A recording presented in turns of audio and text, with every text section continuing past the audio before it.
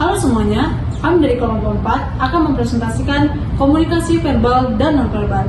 Saya Laurencia Kristina Lesari.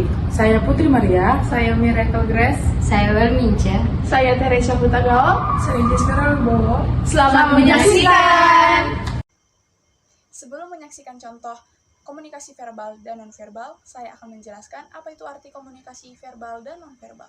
Komunikasi verbal adalah contoh penyampaian menggunakan kata-kata baik lisan maupun tulisan, seperti berbicara, mengirimkan pesan, dan menulis surat. Sedangkan komunikasi nonverbal tidak hanya menggunakan kata-kata saja, namun menggunakan gerakan tubuh, seperti gerakan tangan, kontak mata, dan juga intonasi suara.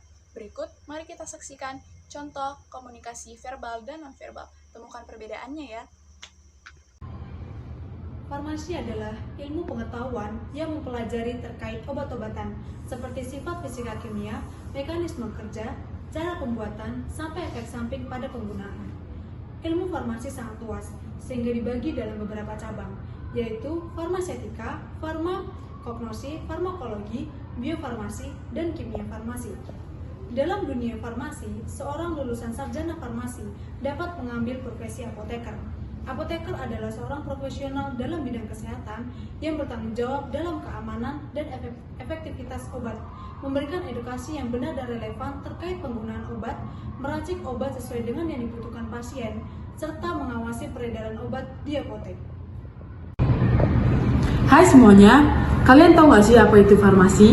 Jadi, farmasi adalah cabang ilmu pendidikan yang mempelajari tentang obat-obatan, seperti sifat fisika kimia obat, cara pembuatan obat, mekanisme kerja obat, dan juga efek samping obat bagi tubuh manusia. Ilmu farmasi sendiri sangat beragam sehingga dibedakan menjadi beberapa cabang, seperti farmakologi, farmakognosi, kimia farmasi, farmasi fisika, dan biologi farmasi. Seorang lulusan farmasi dapat melanjutkan untuk mengambil profesi apoteker.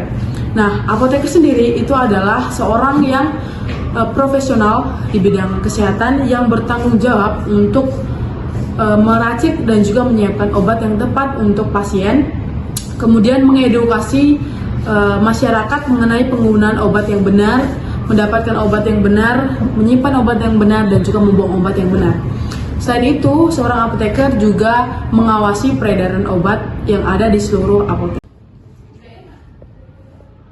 Sebagai seorang tenaga teknis kefarmasian, kita harus memberikan informasi-informasi yang benar mengenai penggunaan obat-obatan.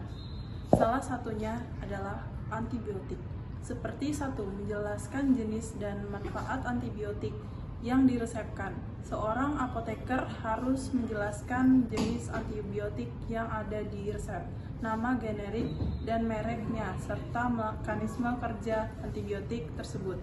Seperti apa, apoteker juga harus memberikan informasi mengenai manfaat antibiotik tersebut dalam mengobati infeksi pasien secara spesifik dan mudah dipahami. 2. Menjelaskan cara pemakaian antibiotik yang benar. Untuk mencegah resistensi, apoteker harus menjelaskan bagaimana pemakaian antibiotik tersebut, seperti dosis, frekuensi, dan waktu minum obat yang tepat.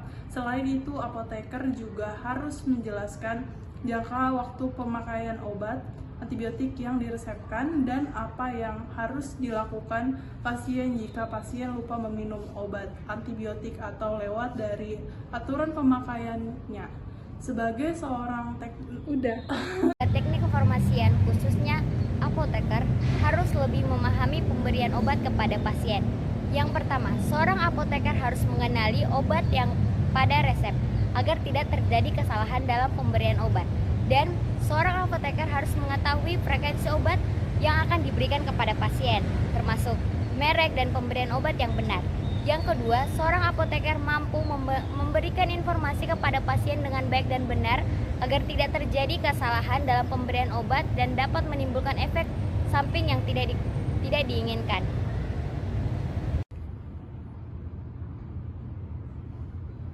Ketiga, interaksi antibiotik dengan penggunaan obat lain. Apoteker harus menanyakan kepada pasien mengenai penggunaan obat-obat lain yang sedang mereka konsumsi, seperti obat resep, obat bebas, dan suplemen makanan atau vitamin. Apoteker juga harus memberikan penjelasan tentang potensi interaksi antibiotik dengan obat lain yang sedang mereka konsumsi, serta bagaimana cara menanganinya. Yang keempat, menegaskan penggunaan antibiotik secara bijak. Apoteker harus menjelaskan bagaimana penggunaan antibiotik secara bijak, karena antibiotik hanya mengobati infeksi bakteri, bukan infeksi virus. Apoteker juga harus menjelaskan dampak dari penyalahgunaan antibiotik yang dapat menyebabkan resistensi antibiotik. Yang kelima, menjawab dengan lugas pertanyaan pasien. Apoteker harus mampu menjawab pertanyaan pasien dengan bijak dan mudah dimengerti terkait antibiotik.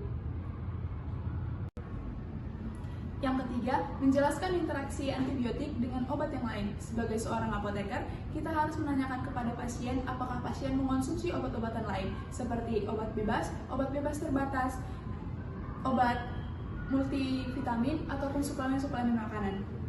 Lalu, sebagai seorang apoteker, kita harus menanyakan kepada pasien tentang potensi-potensi apabila terjadi interaksi antara antibiotik dengan obat yang lain. Yang keempat, kita harus menjelaskan bagaimana cara penggunaan antibiotik dengan benar, karena seringkali pasien menganggap bahwa antibiotik akan mengobati seluruh penyakit, karena antibiotik merupakan obat yang mengobati infeksi bakteri, bukan infeksi virus. Yang kelima, seorang apoteker harus menjawab dengan lugas seluruh pertanyaan pasien dan memberikan informasi-informasi yang bijak serta mudah dimengerti pasien.